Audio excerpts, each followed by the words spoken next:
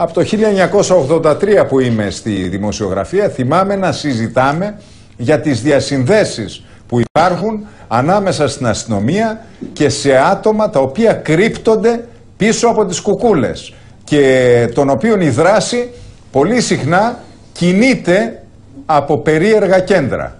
Τι συμβαίνει με αυτή την ιστορία κατά τη γνώμη σας και γιατί αυτή η ιστορία δεν καταλήγει ποτέ στο να σπάσει αυτό το απόστημα, ενώ τόσα λένε τα πολιτικά κόμματα για το θέμα αυτό? Κύριε Νικολάου, από ό,τι κατάλαβα από το ρεπορτάζ, υπάρχουν τρεις άνθρωποι σε αυτή τη χώρα: ο κύριος Παπουτσής, η κυρία Μπακογιάννη και ο κύριος Κυριάκος Μητσοτάκης, οι οποίοι πιστεύουν ότι δεν υπάρχει παρακράτος, δεν τρέχει τίποτα. Θέλω να προσθέσω τον εαυτό μου, να γίνουμε 4.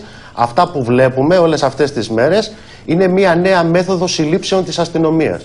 Είναι η μέθοδος της πυθούς.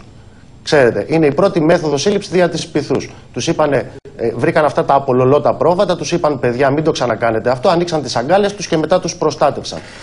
Εν πάση περιπτώσει, αυτά τα οποία ακούμε τώρα τις τελευταίες μέρες είναι πια απίθανα, γιατί βλέπουμε και μπροστά στα μάτια μας αυτά τα οποία συμβαίνουν. Είχατε τον κύριο Κοκαλάκη, μου φαίνεται, χτες-προχτές στο δελτίο σας. Έτσι. Τα ίδια είπε και ο κύριος Παπουτσής χτες στη Βουλή. Τι είπαν δηλαδή, για να μην τους αδικήσω, διαβάζω από τα πρακτικά. Η αστυνομία δεν βάζει ανθρώπους της, ασφαλίτες δηλαδή, μέσα στις εργατικές και λαϊκές διαδηλώσεις. Η αστυνομία δεν χρησιμοποιεί προβοκατόρικες μεθόδους για να συκοφαντήσει και να υπονομεύσει το εργατικό και λαϊκό κίνημα. Αυτά είπαν. Πρωτομαγιά του 2002. Ο κύριος αυτός είναι ασφαλίτης. Δεν υπάρχει λόγος να βγάλω το κολάζ που υπάρχει, είναι γνωστό το όνομά του. Όταν, κύριε Χατζηνικολάου, η περιφρούρηση του ΠΑΜΕ παρέδωσε τον κύριο αυτόν στον επικεφαλής του και αναγνωρίστηκε ότι επρόκειτο για ασφαλίτη με όλα τα εξαρτήματα, είχε ψεύτικη ταυτότητα, φοιτητή ΤΕΗ, υπηρεσιακό περίστροφο και άλλα τέτοια, ξέρετε τι έγινε μετά από 7 ακριβώς μέρες? Ο τότε πρωθυπουργός της χώρας, ο κύριος Σιμίτης, στη Βουλή, διαβάζω από τα πρακτικά της 17ου Μαΐου του 2002, δήλωσε τα εξής: υπάρχουν αστυνομικοί σε διατεταγμένη υπηρεσία και στην προκειμένη περίπτωση ο Υπουργός Δημόσιας Τάξης με διαβεβαίωση ότι ο αστυνομικός, ο συγκεκριμένος, ήταν σε διατεταγμένη υπηρεσία. Δηλαδή, μετά από 9 χρόνια έρχονται και μας λένε ότι αυτά τα οποία ομολόγησε ένας πρωθυπουργός δεν ισχύουν. Μάλιστα ο κ. Παπουτσής μας είπε ότι ποτέ επί της κυβερνητικής θητείας του Πασόκ δεν σήμαιναν τέτοια πράγματα. 1997. Ασφαλίτης εντοπίζεται στην ΕΣΑΚ, στα γραφεία της ΕΣΑΚ. Βλέπετε ότι οι συνδικαλιστές, ο νυν βουλευτής του ΚΚΕ, ο κύριος Μαυρίκος, καταφέρνει και τον αφοπλίζει. 2005. Ασφαλίτες εντοπίζονται από συνδικαλιστές να παρακολουθούν οπλοφόροι και εφοδιασμένοι με όλα τα σύνεργα κλειστή συγκέντρωση του ΠΑΜΕ στο Συνδικάτο Οικοδόμων. 22/11/2005. Αλλά ξέρετε, αυτή η κολόνια είναι μακριά. Ξεκινάει από πολύ πίσω. 18/11/1985. Ασφαλίτες με πολιτικά χτυπούν φωτορεπόρτερ, παρουσία των ΜΑΤ. Ήταν τότε στα γεγονότα του Πολυτεχνείου. 9 Δεκέμβρη 2009. Παρακαλώ εδώ ο φακός να εστιάσει.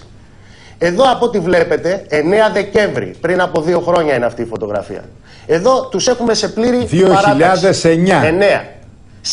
Είναι στα Χανιά αυτό. Είναι στα Χανιά. Θέλω να πω, κύριε Μπογιόπουλε, ότι σε λίγα λεπτά αυτό το βίντεο από τα Χανιά θα ανέβει στο real.gr για να μπορούν να το παρακολουθήσουν όσοι το θέλουν. Θα διαπιστώσουν οι τηλεθεατές σας. Έχει μεγάλο ενδιαφέρον. Ότι πρόκειται για πλήρη, είναι σε πλήρη διάταξη και σε πλήρη συνεργασία.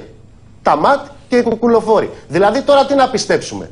Να πιστέψουμε τα αυτιά μας, αυτά που λένε οι ηθήνοντες, ή να πιστέψουμε τα μάτια μας? Εγώ προτείνω να πιστέψουμε τα μάτια μας. Κύριε Χατζηνικολάου, δεν υπάρχει παρακράτος εάν αυτή δεν είναι η επιθυμία του κράτους. Σε κάθε εποχή, σε κάθε σύστημα, σε κάθε καθεστώς, αυτό συνέβαινε και αυτό θα συμβαίνει. Εδώ λοιπόν έχουμε μια τέτοιου τύπου λειτουργία.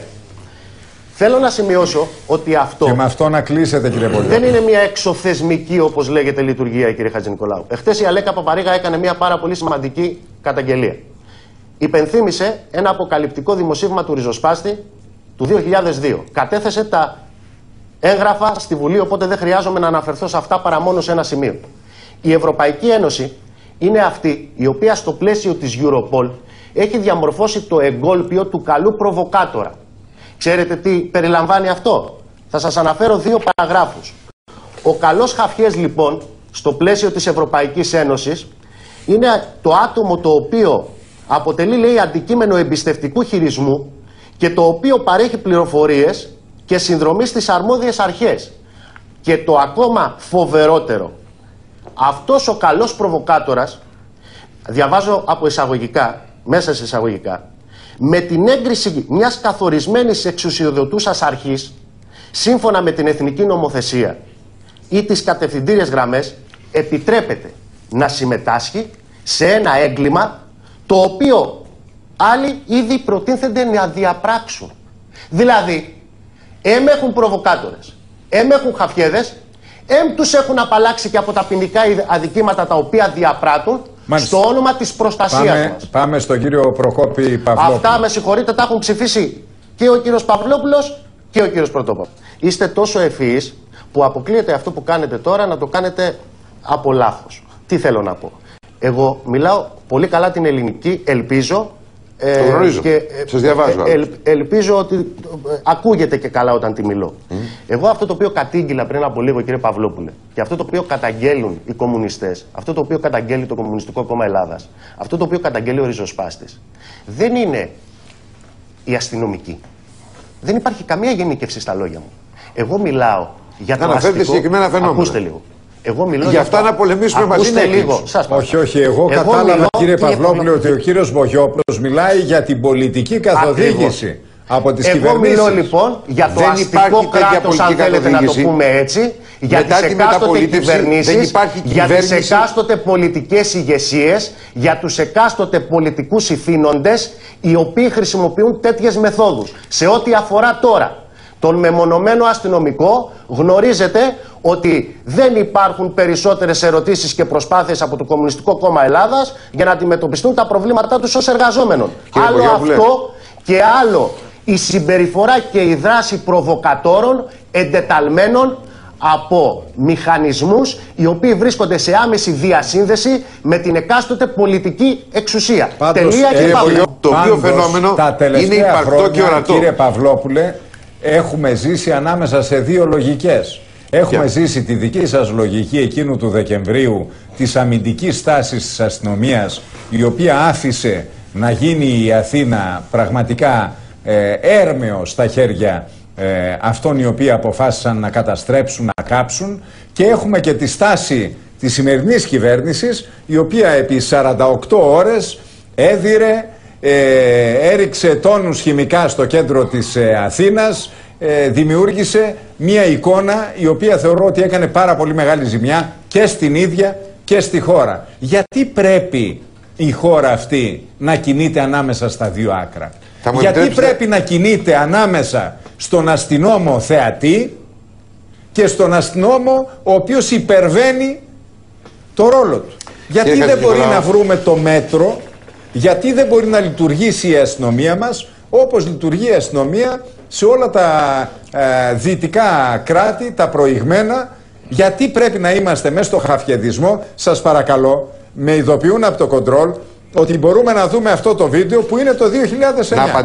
Είναι Δεκέμβριος του 2009 στα Χανιά. Δείτε την εικόνα.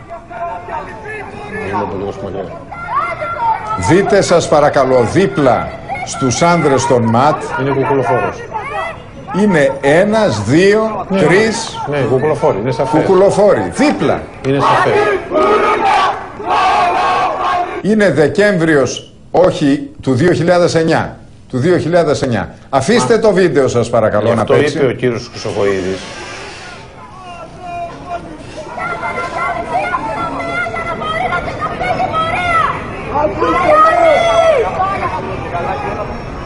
Οι εικόνες είναι Είναι περίεργες εικόνες. Όχι, δεν είναι περίεργες, μιλάνε από μόνος τους. Ναι, είναι παρατεταγμένοι δίπλα-δίπλα. Κύριε Χατζηνικολάου, θα προσθέσω, δεν είναι περίεργες, μιλάνε από μόνος τους. Δεν είναι περίεργες, δεν είναι περίεργες. Λοιπόν, θέλω να πω το εξής. Είναι αυτό που είπε ο κύριος Χρυσοχοΐδης χθες. Να ευχαριστήσω τους συναδέλφους στο κοντρόλ. Γιατί τόση άσκοπη βία προχτές? Δεν ξέρω, παιδιά. Πραγματικά και εγώ στεναχωρέθηκα ιδιαίτερα διότι δημιουργήθηκαν αυτά τα φαινόμενα. Θλιβερά φαινόμενα είναι. Δεν μπορώ να το ξέρω, με συγχωρείτε. Ξέρετε πολύ καλά, κυρία Μακρύ, ότι ήμουν από το πρωί στο βράδυ μέσα στη Βουλή σε μια πολιτική μάχη την οποία δίναμε. Είμαι κοινοβουλευτικός εκπρόσωπος, έπρεπε να είμαι συνεχώς στην αίθουσα. Λοιπόν, εκείνο που διαπίστωσα βλέποντας τηλεόραση πια, δεν είχα ίδια άποψη, ήταν αυτά τα οποία είπα και στα οποία νομίζω με σαφήνεια τοποθετήθηκα. Κύριε Μπογιόπουλε, μια φράση γιατί πρέπει να κλείσω. Πρέπει οι διαδηλώσεις να είναι ελεύθερες, δημοκρατικές και ειρηνικές.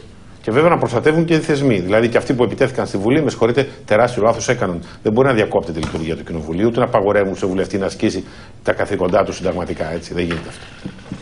Κύριε Χατζηνικολάου, παρόσα όσα ακούσαμε, θα μου επιτρέψετε να επιμείνω να έχω εμπιστοσύνη στα μάτια μου, στα αυτιά μου και στο μυαλό μου. Το ποτέ επί Πασόκ και το ποτέ επί Νέας Δημοκρατίας θύλακες προβοκατόρικες στην αστυνομία ισούται με το πάντα επί Πασόκ και πάντα επί Νέας Δημοκρατίας. Κάνετε λάθος, κύριε Μπογιόπουλε. Πάτε στο άλλο. Κύριε Πρωτόπαπα. Καταλαβαίνω ότι θέλετε να προβάλλετε ένα θέμα που είναι σας παρακαλώ πολύ. Σας παρακαλώ. Και το εννοώ δηλαδή. Και το εννοώ. Και το εννοώ.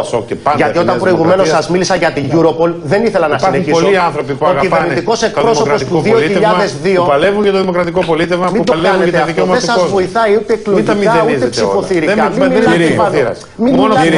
Μην μιλάτε πάνω στο μόνο ψηφοθύρα. Το 2002. Σας ευχαριστώ. Ακούστε κύριε 30 δευτερόλεπτα. Παρακαλώ, γρήγορα. Λοιπόν, αδίστακτες μέθοδοι, κύριε Χατζηνικολάου.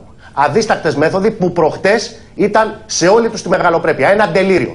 Μέσα στη Βουλή 155 νεκροθάφτες του λαού που ψήφιζαν μεσοπρόθεσμα και έξω είχαμε προβοκάτορες, κουκουλοφόρους και ματ σε συμπαιχνία.